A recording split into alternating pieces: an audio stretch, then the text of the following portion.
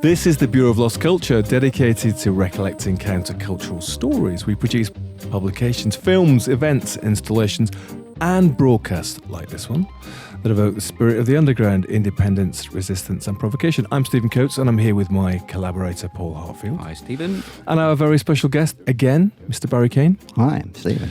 Welcome back, Barry. Thank you. Now, you can find out more about us at Bureau of Lost Culture.com.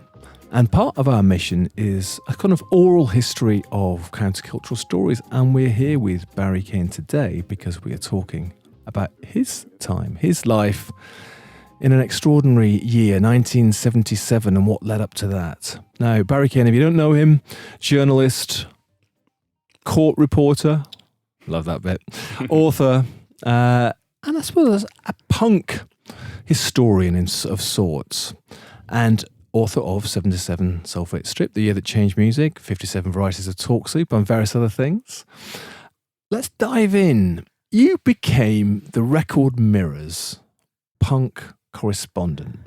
It sounds strange, doesn't it, when you look back, considering what Record Mirror was like? Well, I mean, let's do that. Let's begin with what was Record Mirror. For people who don't know, this is long gone, Record Mirror, so maybe you can just tell us. Well, they're all long gone now. But Record Mirror was, I think it started in the 60s, and there was another record paper called Disc. And then I think they combined. And that would have been kind of late 60s, early 70s, maybe. And then eventually it just became Record Mirror. And I happened to join it in November 1976. How did you get there? Because you were born in London, so you're a rare thing these days, an actual Londoner. A Londoner, yeah. That's maybe that's because I'm here. No, I was born off of Pentonville Road in a complete. When you look back, it was amazing. It was a tenement slums of Victorian houses. Just one road of these slums that were 5 stories high and 2 rooms on each floor, and a family of up to 7 on each floor with no bathroom anywhere. And Pentonville Road for people who don't know is King's Cross, isn't it? That's King's Cross Road, yeah. Well, the Monopoly board, isn't it? Mm. And so that's where I was born. And then, but luckily, I was only there for 18 months. I was born in the same house as my dad and his dad. Funnily enough, they lived there, born and bred. Yeah. So then we ended up moving to council flats, and that was, it was fantastic. People slag off council flats, but let me tell you, they were wonderful things for people like us, because you lived in such squalor, and then all of a sudden you've got a bathroom. And when was this? This was 1954. 53, 54, and I was just under 2, and but we only had 1 bedroom. I was an only child, and we stayed. I stayed there for the next 12 years. Then we moved to a 2-bedroom around the corner near Chapel Street Market. I used to work in Chapel Street Market as selling pets on a stall down there. Selling pets? Hold on a second. Whoa! Stop! Selling pets on a market? Yes, it was. There was a pet shop, and they had a stall outside. And I was 12, and I used to work Friday night, all day Saturday, and half day Sunday. This was at the end of Chapel Market, and at times I would stand out in the middle of the market and hold a dog and a bitch, and it was £2 the dog, 30 bob the bitch. That's how I used to stand in the middle of the market. That was my call. £2 the dog, 30 bob the bitch. And people, they were all mongrel dogs, there weren't no pedigrees there. And there was a fish tank full of fish, absolutely full of all different fish. And I'd work there in the winter, and you'd get like kids of 7 or 8 with their mums coming up and saying, I want that one, And you'd literally hundreds of fish, and it's freezing cold water, and you've got this little net, and you're spending time to, it was. That was what you spent your Friday nights doing. Friday nights and all day Saturday and half day Sunday. Just fish and dogs, or did you have anything more exotic? No, it wasn't very hamsters, rabbits. That's right. All people. Just one in each. It was called 10 bob. 10 bob there. Well, the market's still there, but I'm not sure they're allowed to sell pets anymore. No, Chapel Street Market. So it's so different.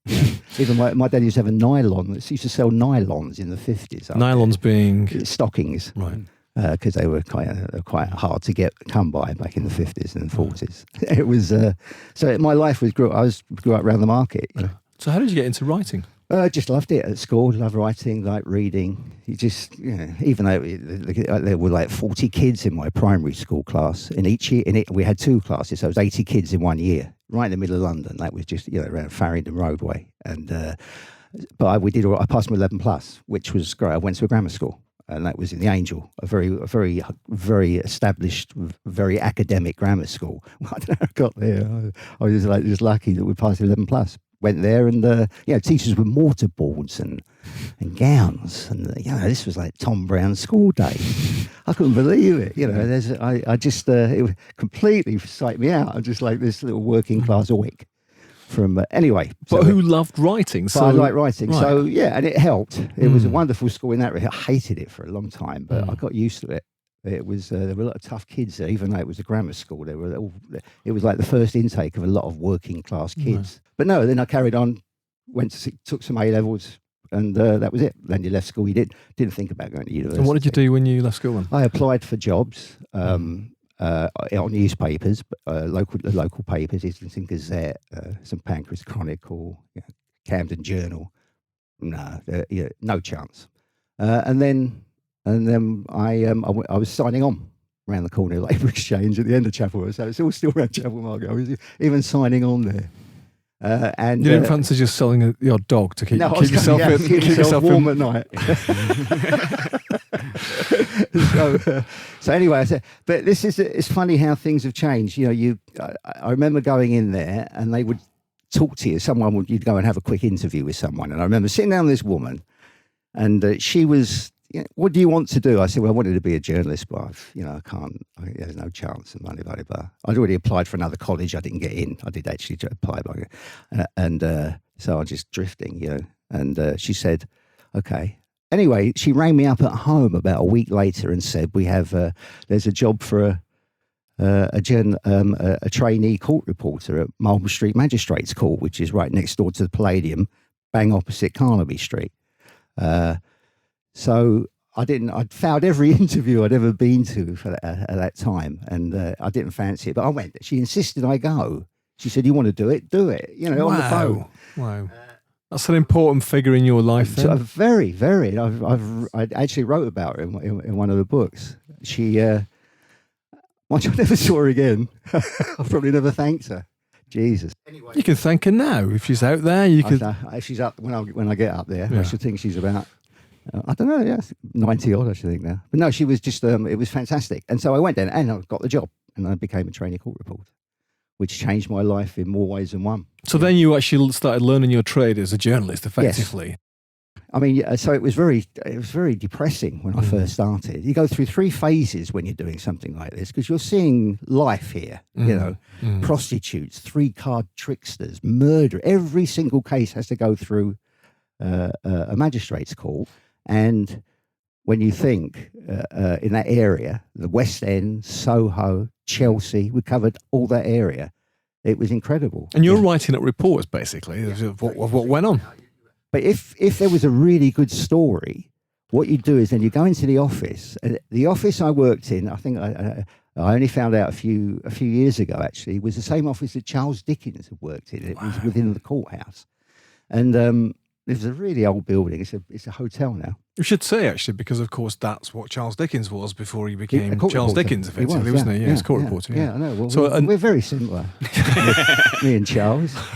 But this is where you learn your trade, because you'd have to ring the news desks of all the different national papers and sell them the story.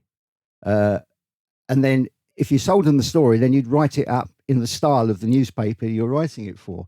I was only 18, 19 years old. So you get on the phone, you say, there's been an accountant from Hampstead. He's been caught flashing into a boutique on Carnaby Street. Are you interested in the story? And the Sun, or whatever it was at the time, might come back and say, yeah, that's right up our street. And then you'd be then commissioned to actually write it up and elaborate on, add a few more details in their style. So if it was writing it for the Sun, you'd give a flashy few opening bars. If it's the Times or the Telegraph, it's a bit straighter. Would you elaborate? Would there be a little bit of you in there? Would that be? I tried to, actually. Yeah. I think that's because I wanted to write. So I couldn't just, I had to look for angles and different things. I was always looking for that to make it a story. So you knew what a good story was. You learned a lot. It was a great play. And then two times a week or 3 times a week, I used to go to shorthand after work, a night school. To learn how to write in shorthand, because of course time is of the essence, right? You've got to write all this stuff down. I was doing all this in longhand. Right, and then the Sun or whoever it might be say, yeah, we love that story, we want it. And then of course you've got to turn it around incredibly quickly as well. So you're learning how to do stuff at speed to a deadline. You didn't think of it, you just did it. I thought this is what it is, And obviously analog, no computers, nothing at all. No, they were old 1920s typewriters we had. Yeah. That's all they were. Bang, big old things, bang, you could hear them miles away.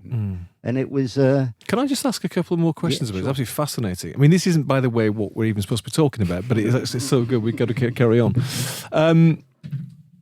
Sorry, this sounds a bit pervy, but I was going to say, what were you wearing? What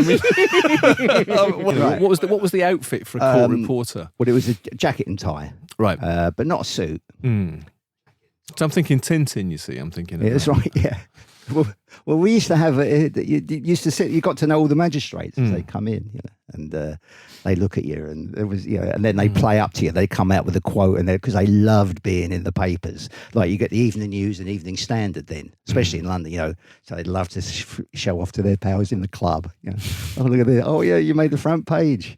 I remember all of them. They were such characters, and one of them was the son of George Roby, the old music hall artist. Because time is pressing, we're going to have to sort of gigantic leaps. Fascinating there is. So how did you get from being court reporter? Well, I went from the court to. I ended up going to do my indentures. I got a job on the after a very kind of romantic interlude. I then went off to Gloucester and did my indentures on the evening newspaper there, the Evening Citizen. What are indentures? Were like apprenticeship as a journalist. It's 3.5 years, but I did it in 2 because you had to go to block release. I actually did go to college at last down in Cardiff, 2 months there. Anyway, living in the Cotswolds. I lived in a converted barn just outside in Slad, which my local was the Woolpack, which was the where Cider with Roses set. That must have been a bit of a change from Pensacola Road. It was from the council flat in King's Cross. No, it was great. Then came back to London, got a job on the South East London Mercury in Deptford High Street as the entertainment editor, and that's where I started to interview. I'd already started a pop column on the paper up in Gloucester, Pop Paris. Oh, it's classic. That's a shocker. That's brilliant. Love it. Pop Paris. And so you interviewed. I started interviewing people up there, like they used to get bands like Casey and the Sunshine Band and Edwin Starr. And what were your musical tastes? My tastes were, it was Beatles. I grew up with the Beatles. They were my number one band growing up in the 60s. And then I think in the 70s, music lost its way a bit. I loved the later. I remember going to see bands in like Manor House, my local area, bands like 10 Years After and bands like that. And I just loved, at the end of 67, music changed. You started getting the real prominence of the guitar solo and, it really, and bands that threw up. And it was really exciting times and music was changing, But then it got to kind of 70s after 71, 70. And we started getting a bit. If you look at the charts, it's incredible. In those 70s, it just got a bit boring. But that's when I was doing the pop column. So I ended up back at the South East London Mercury and got to know a guy in PR who did a PR for people like The Who and 10 Years After and things like that. And we used to talk on the phone. And then he got me to see gigs and everything. And then in July 1976, I'd heard about punk, but I didn't know what it was. I'd never seen a punk band. And in July 1976, he was doing the PR for this band. And he said, come down and see them. And it was at Dingwalls, Dingwalls by Camden Lock. Yeah. A noble venue. All the bands, yeah. All the bands played there. So I went down. I was very skeptical, And then it was the Stranglers. So what year was this? 76. This was July 76 in that hot summer. and the Stranglers played. Funny enough, I didn't know until it was the night that Jean-Jacques Brunel had a punch-up with Paul Simonon of The Clash. And I think the Ramones and the Flaming Groovies were on the same bill. It was quite a night. But and what did you think of, what did you make of that then? So you've been sent there. Well, yeah, but I thought, hold on, this is music. When the Stranglers started playing, I thought, this is proper music. Plus, they're all older than me, which is a bonus. I always thought you should. I was going to how old were you at that point? I was 23. So you've been sent there to cover it. So you didn't know about this scene or whatever it was? No, I'd read about it and everything, but I was very sceptical. I just thought it was just a load of hype. So when you say it was proper music, they could play very, very well. They were. I mean, Jean-Jacques Brunel was a classically trained guitarist. They'd all been to university. You know. So you've been going to gigs, local bands? No, not local bands. I never saw. I mean, you go down to the Marquee or the 100 Club, but it was the times were a bit.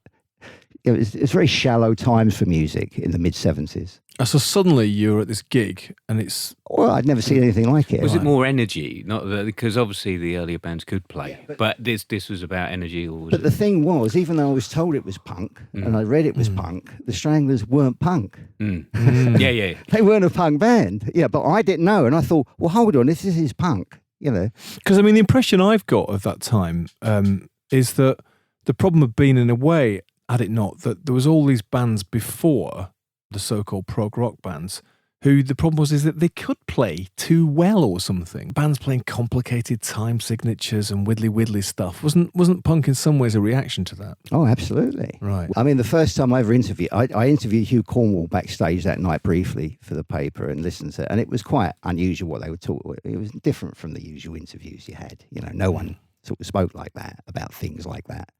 In terms of his intelligence? In terms of what the subject matter, it was quite out there, and it was different and it was refreshing. Anyway, but that was it, and I never, the 5 months, ended up with a job on Record Mirror. I went from there to Record Mirror, and then I went to interview my first punk band for them. So you went to Record Mirror as a jobbing journalist. It wasn't like, okay, I've got to work for this music newspaper because I'm a music nut. It was just like, for you, it was just, okay, that's an interesting job. Is that right? Or, yeah. Well, no, it was music. I never dreamed I'd end up writing about music, which was my great passion in life. Right. So you were driven by music to go from the Southeast London paper. Yeah, it was wonderful. And it was national. It was it was selling about 150,000 a week. So you're a music fan, you're a journalist. So for you, landing a job like that was like a dream job. Absolutely. Right. And it turned out to be just that. And so how did it start? Tell us what it was like working in Record Mirror before we even get into like the bands that you met and the stuff that you did. Right. What was this sort of atmosphere like of the place? So you got to remember, I was sporting a kind of beard and I had long hair. Long hair. I'm finding that difficult to believe. This was a kind of beard as well. I don't know. But well, it wasn't a shaggy one, but it was like, there was a thick, it's quite thick-ish, as thick as I can go. And so I wasn't, I turned up for work on the first day at Record Mirror and I was wearing a jacket and shirt. And I looked a bit smart, and then I looked around and sounds were on that. They had half the office was sounds and the other half was Record Mirror. And of course, there's all these guys walking about and, especially on the sound side, you get all people walking in and they look completely out of it. Everyone was out of it a bit. It was amazing. It was just incredible. The music would be going on all day and you'd sit there and I'd sit down, this is great, Oh, can you do a quick phoner with David Gates from Bread? Okay, yeah. Can you, could you go and interview Bert Whedon for us? Of course I will.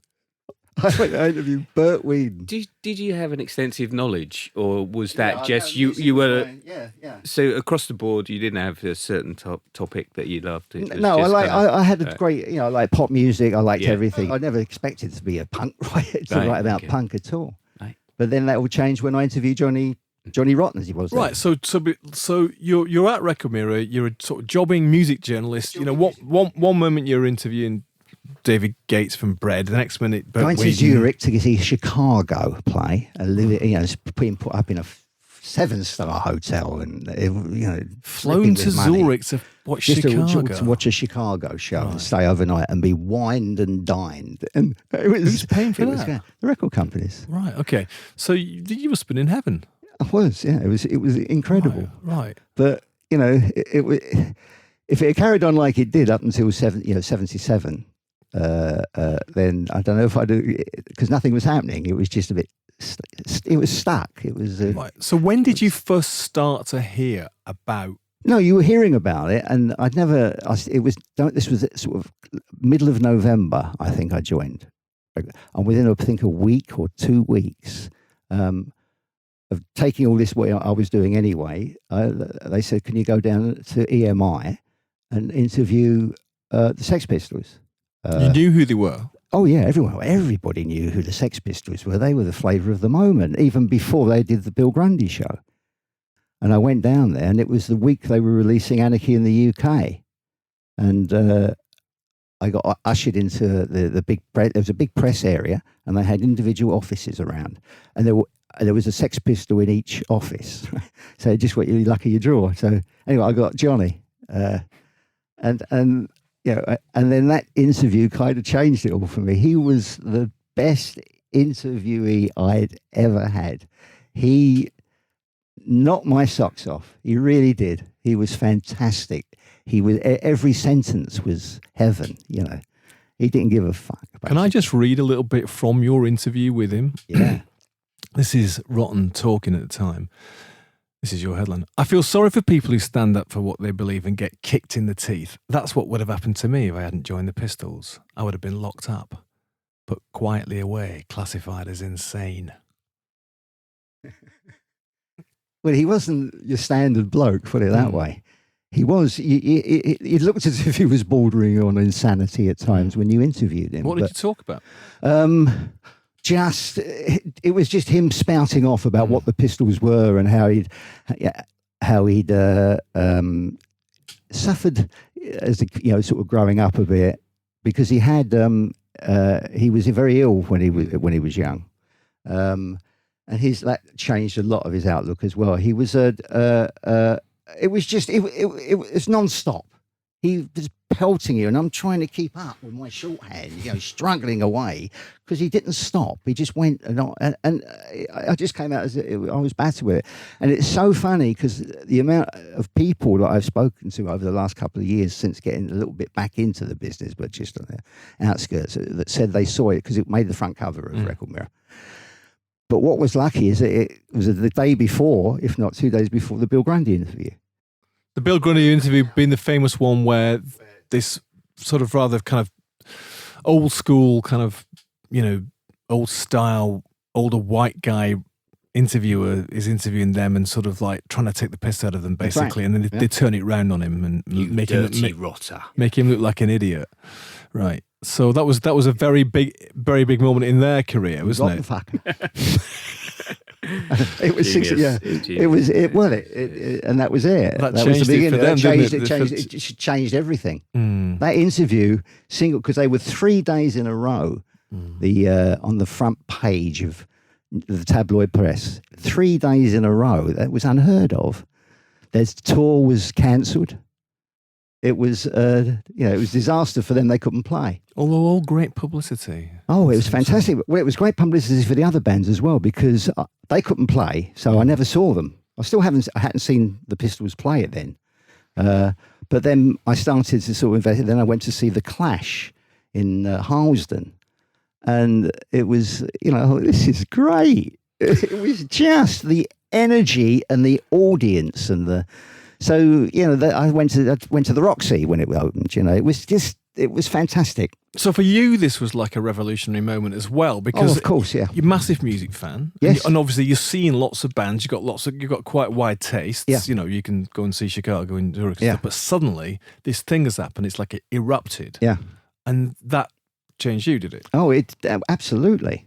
Was it the feeling of being in a gang that's got together and something's happening, or was it? What was it? Was the audience were becoming just as important as the act. You know, they were just the audience were there to look good. They looked good. I mean, that was the fashion bit came after. If you went to the early punk gigs, there were kids in just jeans, and you know, they weren't. That punk scene came a little bit later. There were a few, but it was mainly just ordinary blokes who just loved the music. They weren't punks. A lot of them were, you know, there were suburban kids. A lot of suburban kids got into it, and you know, the same interview, he's saying we've got to fight the entire super band system. Groups like the Who and the Stones are revolting. Yeah. So he's very much setting out his stall Absolutely. as opposed to everything else. So how was that for you? Because of course you were also covering those bands, weren't you? So yeah, but I thought it was great.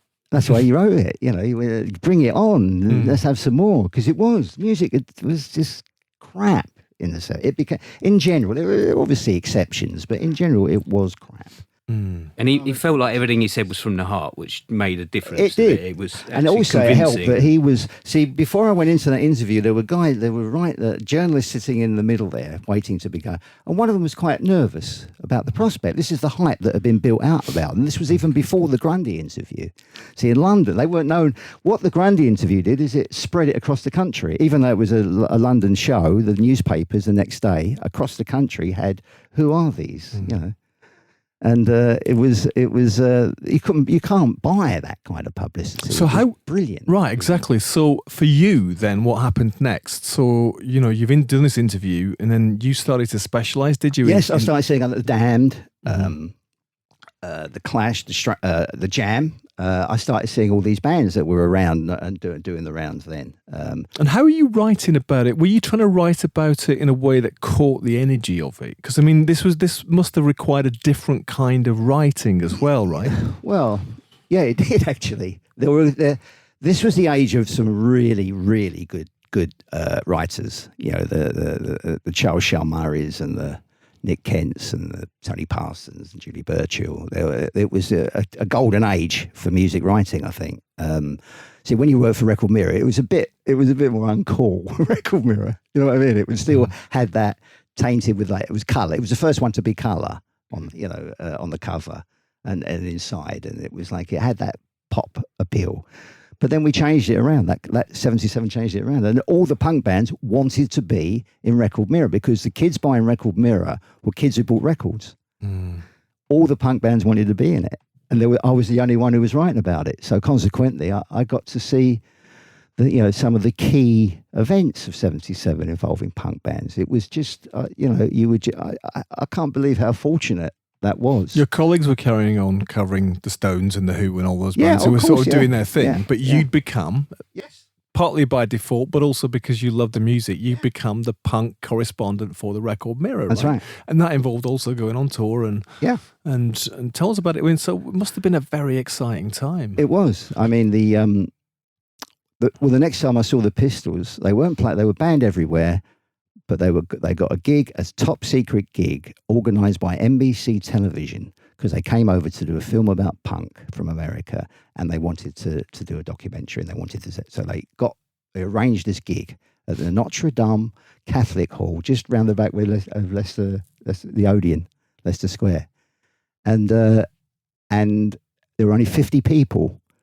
It was first come, first serve, and I'd heard about it on the grapevine, and I got in. And I'd never seen them play before, and it was the first gig that Sid Vicious played, and John Lydon then had black hair, and then I just it was just 50 people, and it was like a private audience to see the Sex Pistols, and it just was incredible. And I remember coming out, and I think I might have been the only journalist, certainly one of the only journalist on the music paper, and there might have been other writers there, I don't know, but definitely on the music paper. I just got lucky. And I came out with a photographer who got he was the only photographer there.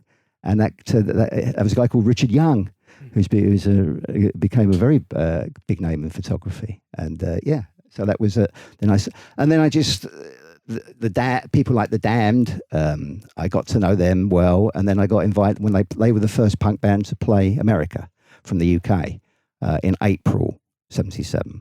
And I went over with them. I'd never been to America before. They'd never been on a plane before, and we went over on the plane to. What was that like?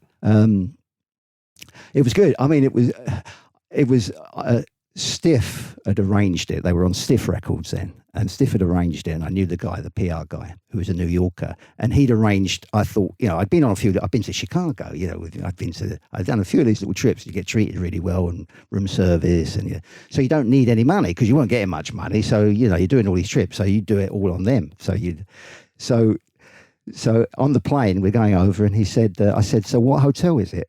And he said, oh no, it's a mate of mine. You're sleeping in his place. I said, what, my bedroom? And I said, it's not a bedroom. He said, you're on the couch for a week. My first time it was right in the middle of Manhattan, but it was on a couch. And I then spent the next week on this couch. It was incredible. They played CBGBs 4 nights in a row. They did 2 shows a day, 4 nights in a row. And each night got better and better. And you're standing in CBGBs and you're thinking, Jesus Christ, this is, I'd never been to America. And I always dreamed of going to New York. It was always my city of dreams growing up. And it was it lived up to every expectation. It's nothing like the sterile place it's become now.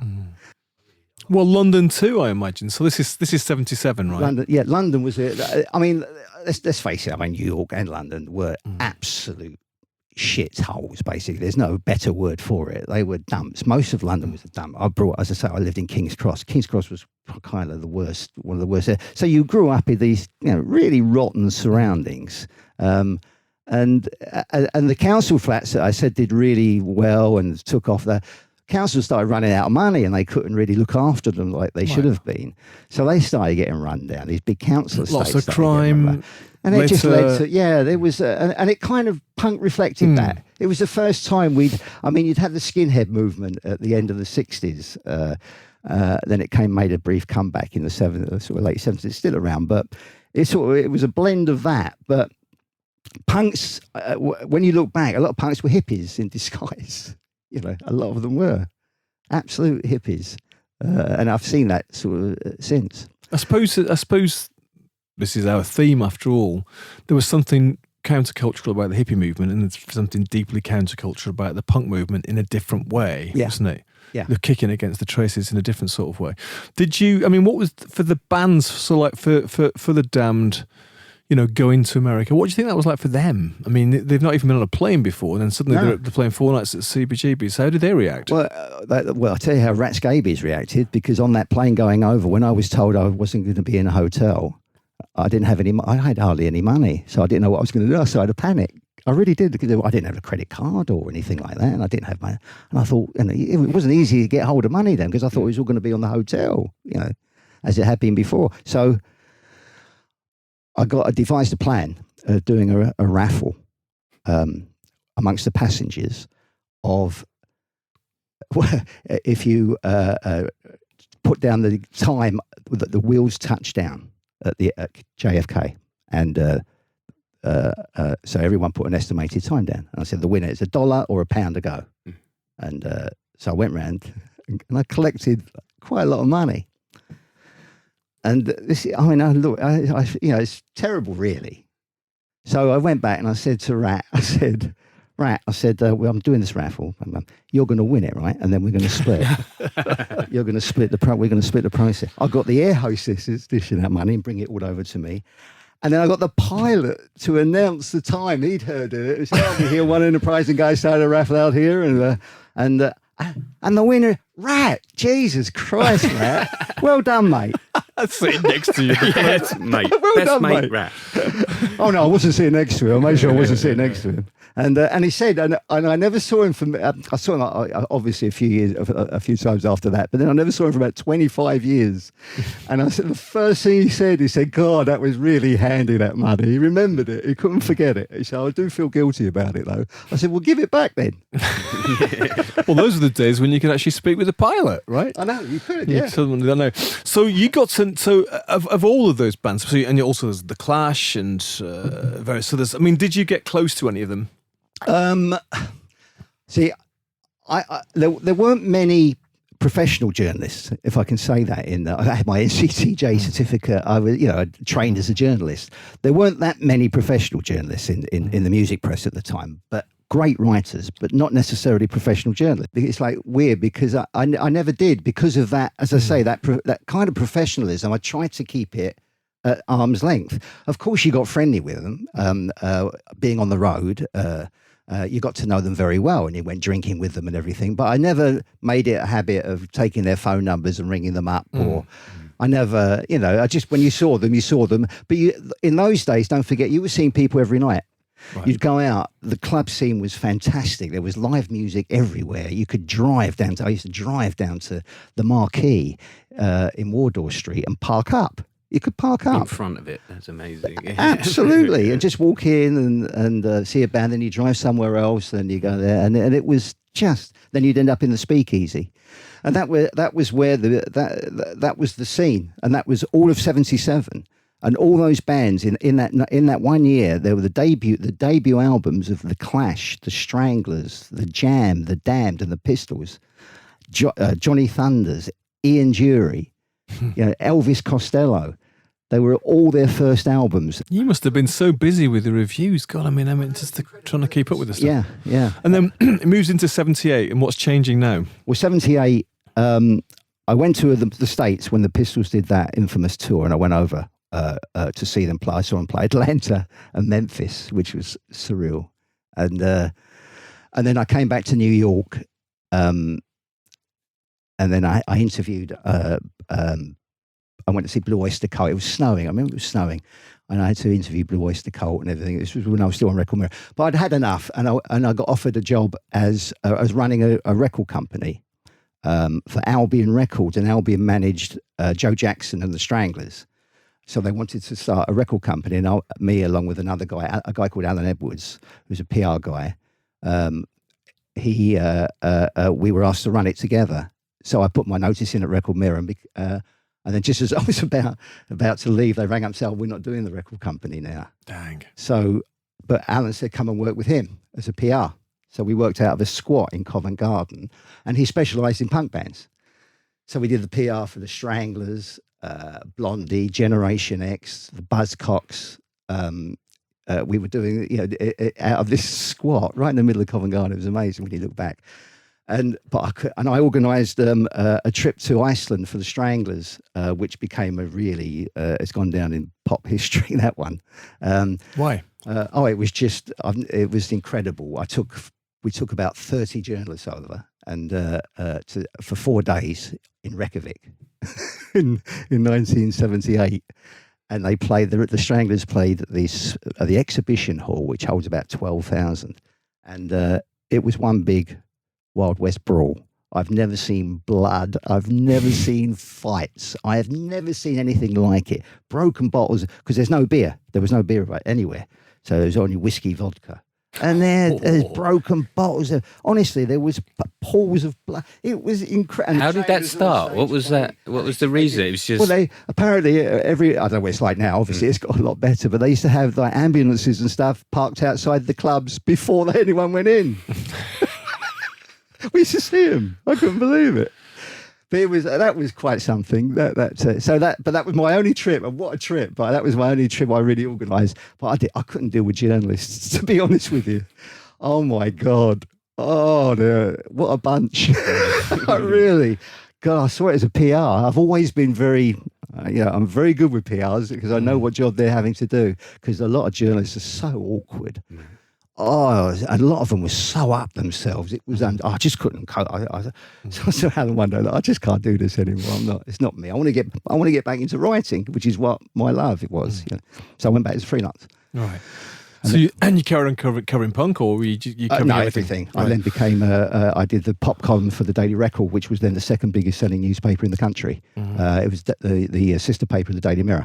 So I used to do the pop column for them twice a week. So that gave me access to. I used to write the pop column for the London Evening News at the same time, the Daily Star. But then also I had a thing with Record Mirror. They paid me a retainer, and couple of other magazines. I was doing a lot. I'd really picked it up since coming out. It was really, people were really helped me. It was so nice. And then, so consequently, if a PR gave you a job, you'd get it in 6 publications, different publication. It was like going back to the court days of writing in different styles. So you'd have to write in different, I'd write for My Guy, I feel like a perv writing for My Guy. Jesus. So I had to, but it was like The Damned, writing about The Damned for My Guy. How weird is that? But that's what it was like. That's how punk had gone. It actually had seeped into Generation X. Billy Idol was on the front covers of all Jackie and all that, the pin-up punk. It was inevitable, isn't it? It's always the same, Absolutely. isn't it? Always the same. Yeah. So, but there is one character who we haven't mentioned so far, McLaren. Right. So, let's not forget that a lot of this shenanigans with the Sex Pistols was being at least partially stage managed by Malcolm McLaren, wasn't it? And I mean, even if he didn't actually get it to happen, even the Bill Grundy stuff and stuff. I don't think that wasn't deliberate, that Bill Grundy thing. McLaren would never have staged that. But he was very good at making use of it, wasn't he? Yes. And so when did you first meet him? I met him,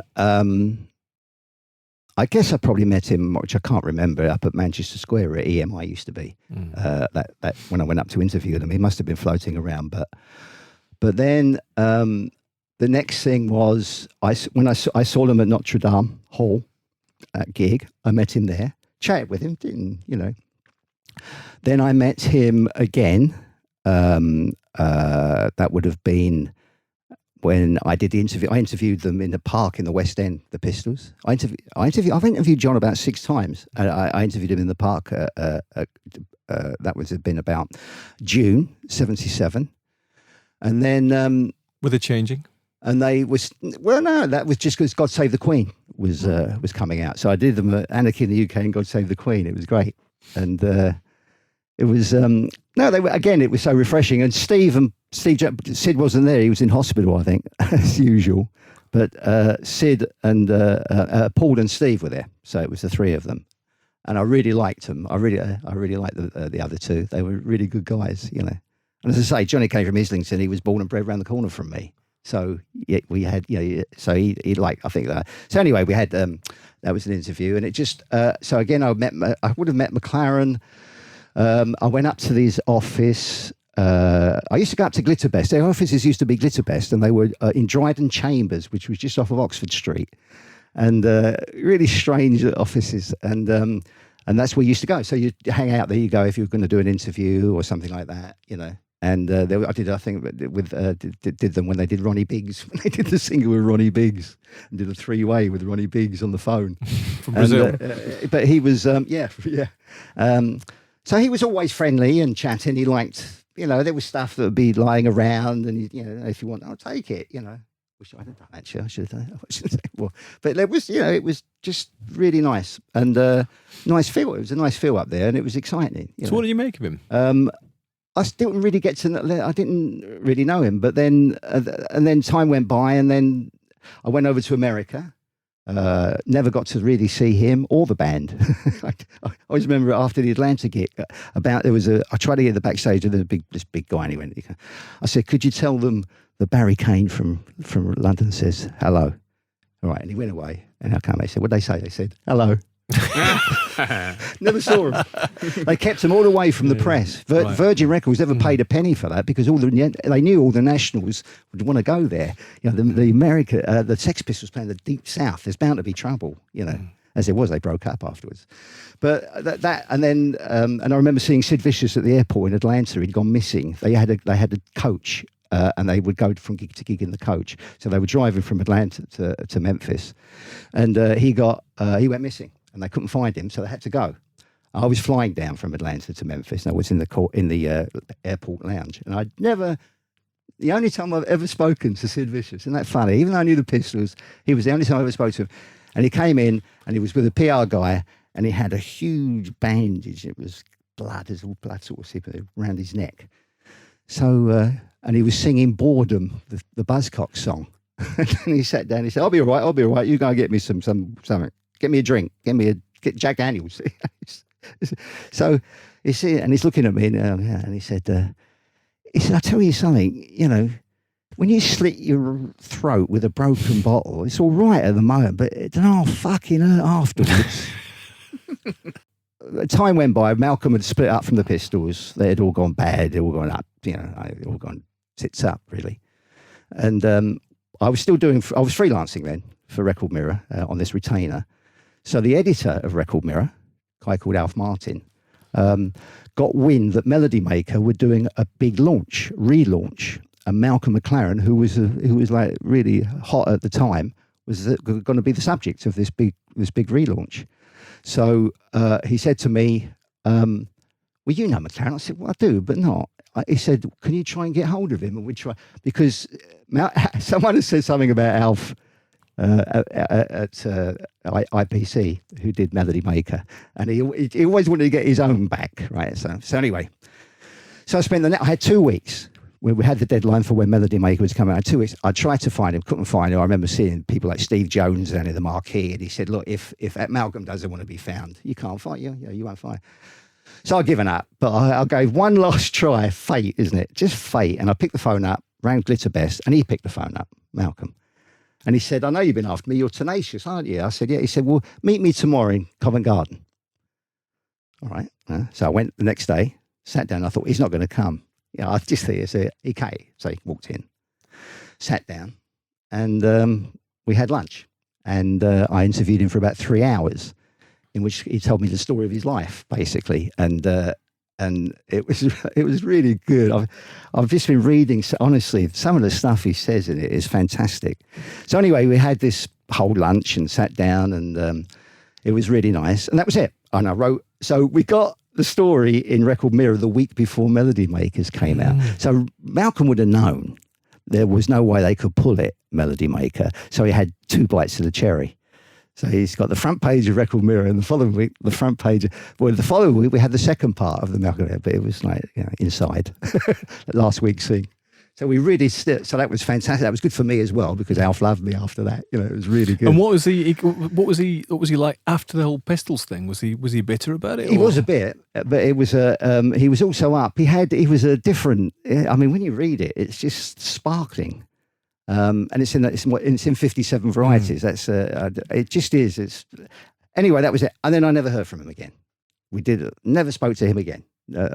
And then it must have been over a year later. I got a call, and it was Jamie Reed, who did all the graphics and for the Pistols. The now famous Jamie Reed. He's really become a top flight artist, isn't he? And a lovely chap. And anyway, so he said, "Look, I've got Malcolm here. Is that Barry? I'd never met him." He said, "Is that Barry?" He said, "Well, I've got Malcolm standing next to me." He said, he wondered if you'd like to write the definitive account of the Sex Pistols. So I thought, well, there's a bear shit in the woods, So I said, "Yeah, all right." He said, "It's a complete shock, I didn't." So he said, "Yeah, we meet tomorrow in Covent Garden?" Where's Covent Garden? We meet in Covent Garden. So I said, "All right." So next day, went down to Covent Garden, and we met him up, and we had another lunch, and sat down, and it was decided that I said to him, "Well, why do the definitive account of the Sex Pistols? Why not do your autobiography? And I'll kind of ghostwrite for you, edit it and ghostwrite." So he said, "Okay." And he was well up for that. So then we got together, and for the next, I can't remember. Sometimes he wouldn't turn up and whatever, but he used to come around to my gate. I just got married. And we were having Malcolm McLaren around every evening, drinking a lot of vodka, smoking a load of fags, all that I provided. And him talking, lying down on the sofa and telling me the story of his life. Sounds like some sort of Freudian therapy. It was amazing. Was it structured, or was it a ramble? Yeah. I mean, he can ramble, so you just that's what you're there for, to keep it, and then you've got to keep it coherent, and then you've got to, So I had to do it really quickly. You taped it all. I taped it all, and I still have those. And there's about 40 odd hours, something like that. 47 hours, something. Gold. Of him talking about his life. I mean, it's just, they're the lost tapes of punk, I've always thought. But they're, it's been so anyway, I did that. And he was then went off, and I sent it to him, and I never heard from him. And I even suspect he may not have even read it, because Malcolm, anyone would tell you who knew Malcolm then, that he was like a butterfly, you know. How I got him round to my place, you know, I used to drive him home every night, or my wife did, if I had a few drinks with him. And it was incredible that he did come round every night, as I say, apart from the nights he missed. He was managing Bow Wow Wow at the time. And so anyway, that was, I tried, I saw him. He used to do stuff for Flexi Pop. We got a Bow Wow Wow Flexi off of him. And he was on the cover of Flexi Pop long after. Well, he went on to do a lot of stuff, didn't he? Well, he did Buffalo Gals, and a big hit, didn't he? Yeah, with Buffalo Gals, and it was, you know, but he'd obviously gone. He couldn't be bothered anymore. He couldn't be bothered to do it. He moved on, sort of. He moved on. Yeah, that's enough. Let me rewrite. Let me get more to my autobiography. But I have a contract. You know. Anyway, that's a long. Anyway, that was it, and I stuck it under my bed. These tapes, the transcript, everything. Stuck it under my bed and forgot about it. And then I tried again, and I got through, and his office came back and said, "No, you can't do. You're not allowed to do this and whatever." So I thought, well, okay, and that was it. And then he died, and I thought, well, you know, it just occurred to me, I've got these tapes. Where do I stand? Because this is you know, wonderful stuff. So I got in touch with someone, you know, who knew a few people in the music business, and he couldn't believe what I had. He literally couldn't believe it. He never heard it, but he couldn't believe when I told him what it was. No one's heard those tapes in the world but me. And anyway, so he then represented. He had a lawyer, and we went there. Blah, blah. And then we went to see a publisher, to quite a big, well, one of the big boys, and they loved that. God, the only Malcolm McLaren autobiography in existence. All right, and it goes up to 1980, but so what, you know? That's when most people would remember him for, wouldn't it? Yeah, I know. Yeah. So, and then he died. Then we found out, we got in touch with both parties because the will was contested by Joe Corey, who was Malcolm's son by Vivian Westwood. Yeah. Not because, I think Malcolm left something like 168k. That was it. That was his will. And but he left it to his partner at the time. She came out and won the will, which meant she became the Malcolm McLaren estate. So then I got in touch with her. We had a drink one evening together. She was really sweet, and it was all, you know. But she couldn't believe I had this. She couldn't believe it. You know, and I said, well, I have a contract. She said, it can't be an autobiography. I said, it is, because I've got the thing. He'd never told her, obviously, you know. And we went to another top book publisher with her. And honestly, the response, I've never seen it. I got there early before she did, and the guy I was with. So I'm not saying any names. So I went in, and the CEO was there, and I'd only sent them 2 chapters to look at. And the CEO, when I said my name, the CEO came out and said, "Barry, this is shocking." I said, "Oh, thanks very much." He said, "In a great way. Come this way." And I went in, and we went into the ballroom. There's every director of the company there. And we're talking one of the biggest ones, you know, and it's every director's there. And they were just orgasmic. It was incredible. You've never seen a thing else. They said, "This is the most exciting thing we've had in years." And they said, and to top it all, you have the tapes. You have that. So, and then she came. And anyway, to cut a long story short, she then decided that she thought the tapes belonged to her. And that's when it all started. That is a lost countercultural story, Paul, no? Absolutely. Yeah. And we wish you well that you get a chance to tell that, Barry. We're looking forward to it. It is amazing, isn't it, that actually he should excite such interesting people.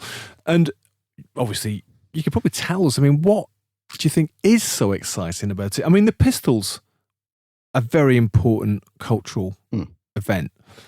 And of course, he, you know, was super involved in that. But what is it about that autobiographical stuff that is so exciting? Well, I mean, can I read you a quote from that interview I did with him? Unfortunately, this is not from the tapes. I hasten to add, if anyone's listening, this is from the in Record Mirror that I wrote. He said, "I was walking down the street the other day, and these guys came up to me and said, "Oh, what are you up to, Malcolm?" He said he couldn't believe it. And he said, "What's next, Malcolm? What are you going to do now?" You see, I gave them something at the end of the day.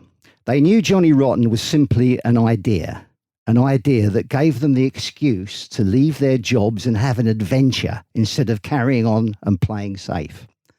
And that's what they're grateful for. I set out to swindle the rock and roll industry out of £1 million. I failed. It was just 950 grand.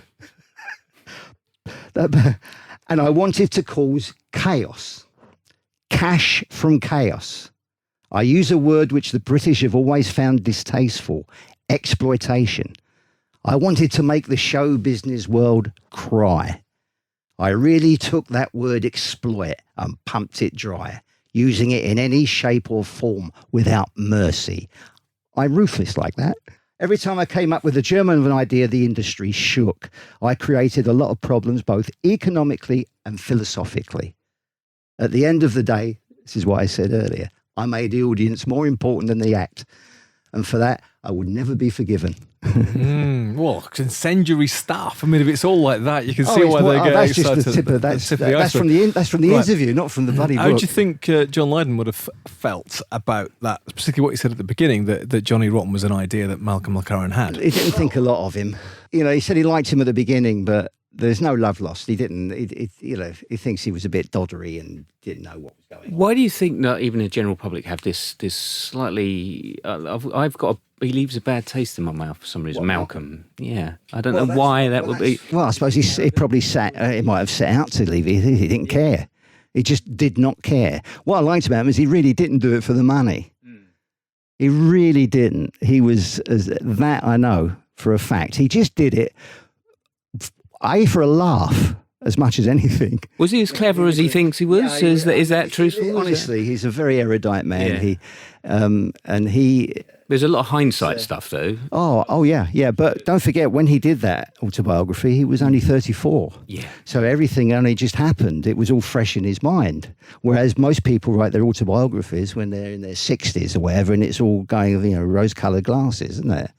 And that's what makes this so real and so dynamic. You can see how they were sort of, in a way, kindred, because, of course, that nihilistic thing about, I want to fuck it all up. They both had that, didn't they, in a way? But with Malcolm McLaren, it was a different sort of thing, because in some ways he was a bit more kind of sophisticated about it. And then, of course, would regard John Lydon as, his creation, which, of course, I can't imagine that going down. But they're very similar. When you interview them, they've got a very similar way of saying things. But, Barry, we're running out of time. And, of course, for more on this 77 Sulphate Strip, The Year That Changed Music, and Eyewitness Account of The Year That Changed Everything, your amazing book. And, of course, 57 Varieties of Talk. So, Pop's Last Stand, 1978 to 89. That's what came afterwards. But just to finish up, because I remember last time we met you, you went on, of course, to found and Flexi Pop magazine for 3 years and lots of other stuff later. But I remember you said to us last time, for you, this was the peak of pop, wasn't it, really? What was it about that year? I mean, you said all those bands released their debut albums and... This happens in music. You get the odd year that just throws up so much. It goes in cycles. It's of its time. If you go back like 7 years. But don't forget, there's not a lot of history of music, especially in 77. It was only 21 years old, pop music. If you look at Heartbreak Hotel as the first kind of real proper rock and roll, sexy kind of record, you're looking at, 21 years. That's all. So it was coming of age. It was very young pop music then. And it was bound to just get older and older and then fatter and fatter. But it really was a shot in the arm, and it didn't last long. It didn't affect the charts, really. Really didn't affect the charts. If you look at the charts now, you still get Slim Whitman at number 1 in the album charts. Slim Whitman, 16 greatest classics, followed by ABBA. And do you think there could be another 1977? No, it's moved on. I don't mean in terms of stylistically. I mean, can there be... Is pop music able to go through that kind of radical transformation again? No. I really can't see it. It's changed. It's just become a a different animal to what it used to be in the 60s and 70s. When it was young, as I said, it's got old. That means, Barry, like it or not, that you have become a countercultural story yourself. You did it, so thank you so much. That was It's been a pleasure. fantastic. Really. So that was it. We are the Bureau of Lost Culture. You can check out us at bureauoflostculture.com for more broadcasts on lost, forgotten and half-remembered countercultural stories.